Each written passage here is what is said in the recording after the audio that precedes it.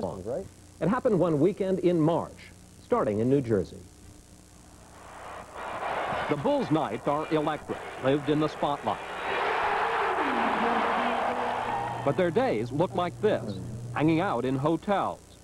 Backup center Bill Wennington has been taking home movies all season of life with the Bulls, such as Thanksgiving dinner in a Salt Lake City hotel. Thanksgiving on the road, Chicago Bulls. This is what it's like. There you go, Scotty. Scotty, what are you going to eat on this Thanksgiving day, Scotty? Look at that food. Look at that. That's beautiful. One Saturday in mid-March, he narrates the view of the New Jersey Meadowlands from his hotel room. Lovely view, New Jersey here in the hotel. Life in the NBA is just grand. Downstairs, Jordan is in the exercise room. At age 33, he says he's older and wiser. He used to live on junk food, but now eats chicken and pasta. And for the first time in his career, he works out regularly. As you get older, you lose something.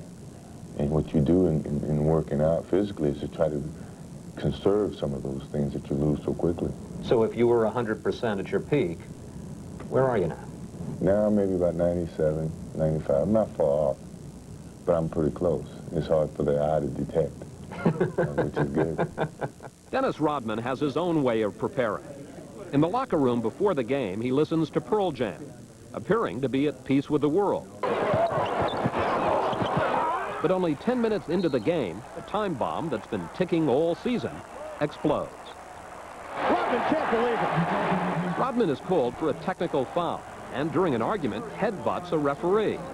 He is thrown out of the game, but doesn't leave the court quickly or quietly. Dennis Rodman is irate. One of the Bulls' stars, Scottie Pippen, is already out with a bad ankle.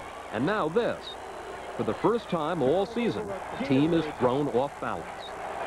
You run your 5 up, you get Bill out there, get a governor. Now we got to get a flow to this game. Jordan realizes he now has two jobs, his own and Rodman's. He is all over the court, scoring 37 points and pulling down 16 rebounds. In the end, the Bulls escape with a 2-point victory. Back in the locker room, Rodman is in a talkative mood, perhaps too talkative. Rod Thorne, David Stern, suspend me, okay? You guys are so big, suspend me. By the next day, the incident is getting banner headlines on sports pages across the country. The Bulls have an off day in Philadelphia, so we take a ride with Rodman. Do you think you did anything wrong last night? I didn't do anything wrong last night. In my honest opinion, I didn't do anything wrong. It's getting too obvious what the league and the referees are doing. They're making me a marked man where any little thing that I do is a problem. And tomorrow people look in the black and white. Oh, he's done it again. He's at it again. What is wrong with that psycho? And they don't understand, though. I'm not crazy. I know exactly what's going on. On a day when he's under threat of a major suspension, Rodman takes us to a giant indoor amusement park, featuring, appropriately enough, virtual reality games. This is a little bit of deja vu with last night in New Jersey. Later, we play a more sedate game of pool, but nothing is ever sedate with Rodman, as when he asked for some scissors to loosen his shirt.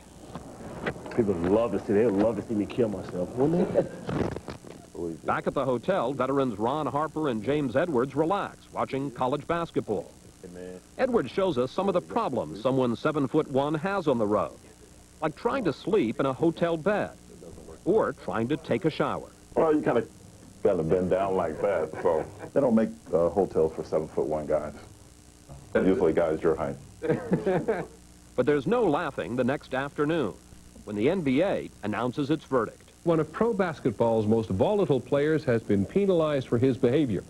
Rodman is suspended 6 games. The combination of fine and suspension will cost him more than $200,000. It's the third stiffest fine to that point in NBA history, and it may also cost the Bulls their opportunity to win 70 games. In a few minutes, the Bulls will play the lowly Philadelphia 76ers, a game that under normal circumstances would be considered easy. But with Pippen injured and Rodman now suspended, there will be no easy games, which means the burden falls even more heavily than usual on Michael Jordan. Jordan's shot from the outside is off, but stars somehow find a way. He starts slashing to the basket, scoring 38. The Bulls win their 58th game of the season. Close to midnight, the team piles into its bus heading for the airport. The Zen Master coach reviews a surprisingly tough road trip. The last week or so, I've been seeing Dennis getting a little more irritated in his behavior, and I don't know whether it's the time of the season or just, you know, maybe it's the phase of the moon. Who knows? Are you really this unflappable, or are you just a hell of an actor?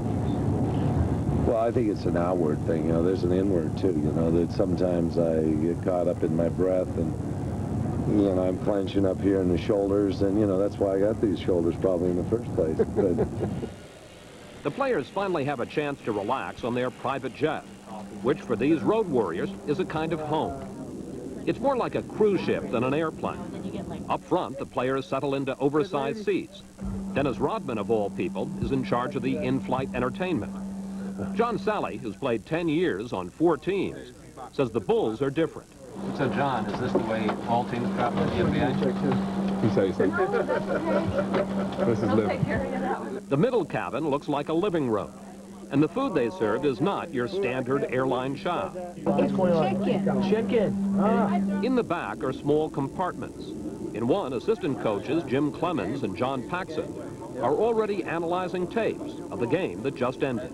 If we were home, we'd watch it the next morning. But, you know, we turn around and play Sacramento tomorrow night, so we have to, tomorrow we'll get in and we'll work on that. But the real action is in another compartment, where Michael Jordan holds court, running his fiercely fought game of 5-card gin rummy. Is this a regular game, the 4 of you? This is like a ritual. And who wins? It varies. Nobody wins dominantly. This is my way of giving some of my money back. This is the way Jack get paid. While he relaxes, Jordan is hooked up to an electric stimulator to help his sore knee. It stimulates the muscles so that the blood could flow easily to the tendonitis of my knee. And it really makes a difference. It really does. Recovery time is, I'll be ready tomorrow. Tomorrow is another game at home in the grinding 6-month season. The Bulls head back to Chicago on board Champion Air. Finally, last night, the Bulls broke the record. There it is, 70 wins on the season. With their usual sense of theater, the Big Three found one another in the crowd. But the record won't mean much unless the Bulls go on to win their 4th championship. And while the team seems to hold a winning hand, there is one wild card in the deck. You going to do anything to hurt this team in the playoffs? No, not at all. So what's your goal in the playoffs this year? To do what I always do, play hard and be Dennis Rodman. Will this team win the championship? Yeah, they've done everything right. They've accomplished what's supposed to be right. They're a group that likes each other. They're a giving, sharing group. They have good leadership. So I see no reason why we won't win a championship. After the weeks we spent with the Bulls, watching Jackson's almost mystical leadership and Jordan's remarkable will to win, we wouldn't bet against them. The Bulls may be defeated, but they won't self-destruct. We keep thinking back to a poem that Phil Jackson likes to read to his team.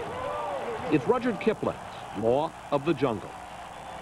As a creeper that girdles a tree trunk, the law running forward and back.